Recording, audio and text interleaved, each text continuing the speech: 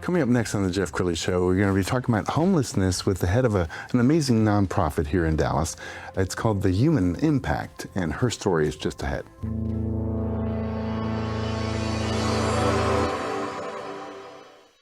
Many are predicting that the worst is yet to come, which is unfortunate, said one person here.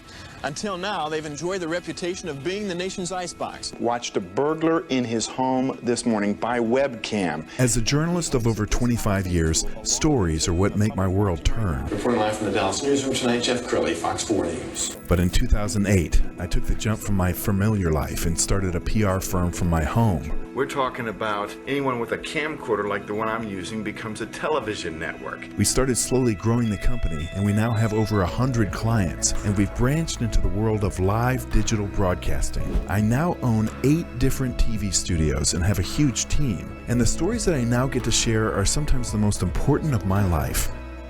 Life has a funny way of coming around full circle. This is the Jeff Crilley Show. Well, I've always had a soft spot in my heart for homelessness because my father, the great Dr. Robert Howard Crilley, led a ministry in downtown Detroit in which he fed the homeless and actually became the voice of the homeless in Detroit. And what many people don't recognize is, depending on what's happening in the economy, even formerly middle-class people can find themselves in credit card debt and lose their house and suddenly find themselves homeless. Somebody who knows that very well is Elisabeth Jordan. She is the CEO and founder of The Human Impact. Thanks for coming on the show. Thank you so much for having me. Yes. All right, we're going to talk about your why in a moment, but let's talk about like kind of the state of homelessness. What are you seeing on the front line?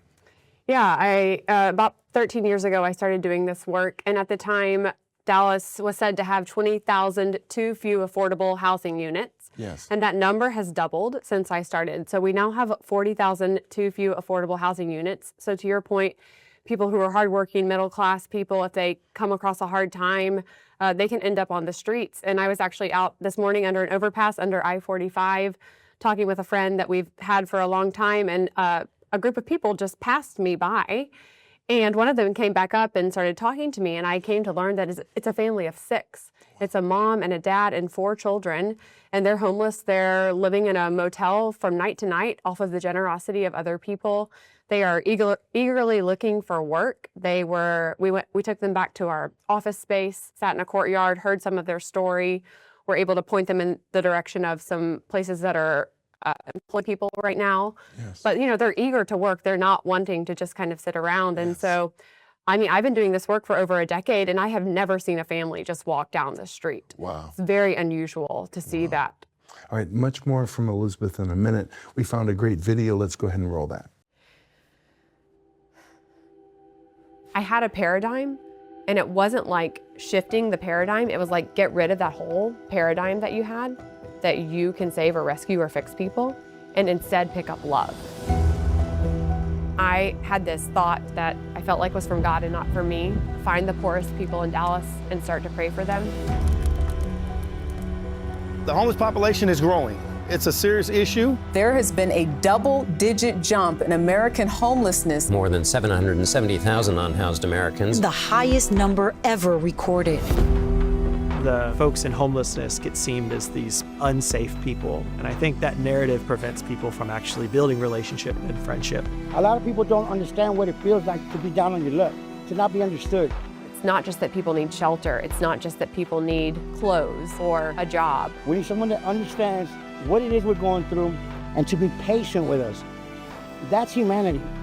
It's hard for anybody who hasn't experienced that kind of aloneness to understand how debilitating it is. Social isolation can be as deadly as smoking up to 15 cigarettes a day. The best way to describe our work is it's aimed at loneliness. You have to have somebody that you believe is in your corner. Life hit me hard. I sold crack, cocaine, heroin. When I first moved up under the bridge, my plan was to die. Then I met Elisabeth. She was different. She put people in my life that actually occurred.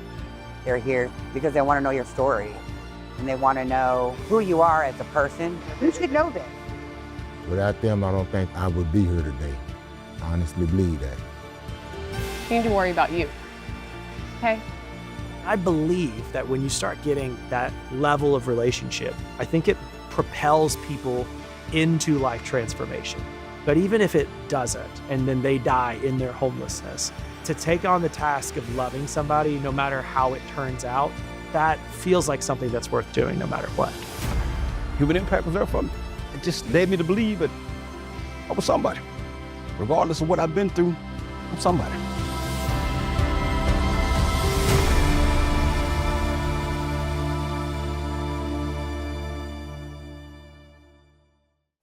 So beautiful. And the reason it was so well shot is you're working on a documentary. We are. We're in post-production on a documentary. Wow. All right, tell us about the project. So we have a big, hairy, audacious goal. We want to shift the national conversation on homelessness to not just include, people need housing, they need jobs, they need all of the tangible help that we can offer them. But people are also held in society by their relationships. And the homeless, they tend to be socially isolated. They're cast off, they're passed by. And we believe that people need to be seen and they need to be walked alongside, because we'll have friends who they'll get into an apartment and they'll be so lonely, they'll end up relapsing and end up back out onto the streets. And so we believe that people deserve both a roof and a community. Wow. They need people who will walk alongside them. And we think that until we can think about this issue differently, we won't really be able to get the traction that we're hoping for. All right, what's wrong with the way we're doing it now? There's some really good work being done as far as like shelters and programs and services. It's just that there's a gap in care. When I first started going to the streets, I expected people to tell me that their origin story of homelessness was the job they lost or the medical issue that wiped out savings. And I was very surprised to hear people say that their beginning of homelessness was actually the loss of the most important person in their life. Wow. They went through divorce or death, and grief started them in this downward spiral that ended up leading to other dominoes falling, and then they end up on the streets. And they're, in this economic difficulty, obviously, but they're also feeling very relationally poor. Yes. And so the reason that our mission, which is friendship, is to go out to meet people where they are on the streets, to build trust with them, to build friendships. We do super simple things like learning people's names and remembering their names, learning their birthdays. Beautiful. Bringing their favorite birthday cake out, celebrating their birthday. It's kind of this lost art of friendship, just seeing another person and saying that you're worthy and you have dignity and you matter. And then as people get ready to take those steps towards the future that they want, we basically link arms with them and we walk to that new place. All right, so I'm watching your eyes, and your eyes got soft just now. All right, why is this so near and dear to your heart? This has been a life-changing experience for me. I was raised in one of Dallas's most affluent neighborhoods on this kind of up and to the right path, for-profit world. I ended up going through some pretty significant personal challenges and professional challenges at the same time. And I had been raised in the Christian church, but in my 20s, I had gone astray. I had, had that period of rebellion that I think a lot of people go through. But I was in this desperate place, and I decided to give God another try. And I went to God and I said, my plans for my life aren't working out, but if you made me, that means you made me for a purpose. What are your plans for my life? And I told God, I'll go wherever you ask me to go. If you'll show me your path for me, I promise to walk that path. And that ended up over time, not right away, opening the doors for me to get invited to this lonely street corner in South Dallas where a man named Larry James, who led a nonprofit for decades, he was there getting to know his neighbors. And I learned that by neighbors, he meant homeless people. And I said yes, kind of against my better judgment, because I'm pretty sure I had a lot of the stereotypes that I think most of us carry. People are lazy, mentally ill, addicted to drugs. Yeah. And so I went out pretty afraid, but I also went with this open heart because I was on this adventure with God, as I understood that. Yes. And I showed up on that street corner and I just observed Larry, and he just treated every person like a person. He knew people's names. He stopped to have conversations. And honestly, something in me that day came alive, and I just decided to keep going back. And here we are 13 years later, staff of 16 people, and in a real, Incredible. Company. All right, so when you show up underneath an overpass for the first time, what is it about your aura or the energy that you're giving off that builds trust? I think this matters so much. I think that's a very insightful question, because I think you have to go out with giving people the benefit of the doubt. I think you have to go out in the spirit of saying, like, you're equal to me. and your life matters just as much as my life. And for me, that comes from my faith. But even if you're not a person of faith, like to just say that human lives matter, no matter what situation a person is in, and to try to shift your thinking to think of homelessness as a circumstance that someone walks through and not their identity. And so I think to go out and say, like, you're a beloved child of God, you're made in God's image, your life matters, and I want what's best for you. Yes. But I'm also going to go as a listener. I'm not going to go trying to manipulate your life or control your life or tell you where you should go. I'm going to go and I'm going to set down what I think you should do. And I'm going to pick up listening to understand, why are you in this situation? What's your story? Yes. And when you're ready, I'll start to ask you, what are your hopes and dreams for your life? Where do you want to go? And then if you want me to, I'll walk to that new place with you. Yes. All right, so you can't pick this up on the camera, but I keep watching your eyes and they get soft. And this is just a fire burning in your heart. It is a fire in my heart. Isn't it beautiful to know what you were put on the planet to do? I mean, I feel like one of the luckiest people. And every day that I walk the streets, you know, sometimes in my role now, it takes me away from the streets for a week or two. But when I go back out to the streets and I get to be with people who are suffering, I just, I actually leave feeling like I'm the one who's blessed and privileged. And I can't believe that God made me for this purpose. That's so beautiful. I'm not going to go any further because we'll both be in tears.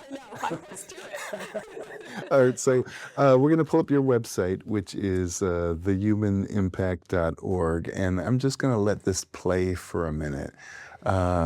When you think about like the situation today, I mean, we have an economy that the people who are doing well are doing very well. The people who are not doing well are really in trouble. They might be one paycheck away from the streets. And then you have a middle class that used to give to homeless shelters, and now they might be like a few paychecks away from being a recipient. I mean, as you look at the economy, what are you seeing? I mean, I think it is like a high risk for people who, if they, you know, lose a job, they don't have savings that are going to hold them for a couple of months.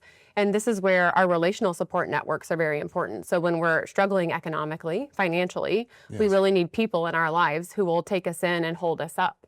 And if we don't have that and we end up alone on the streets, then we're really poor in two ways, right? We're poor financially and we're poor relationally. And I think that that relational safety net is as important as your financial safety net to hold you in that interim time, maybe when you're struggling.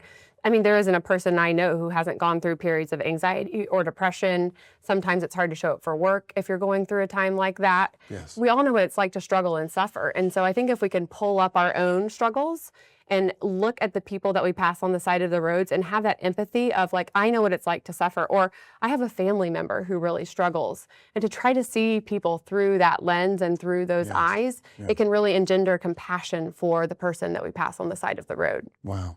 Elisabeth, we have about 2 minutes left, so look into the camera on the left and give kind of a call to action.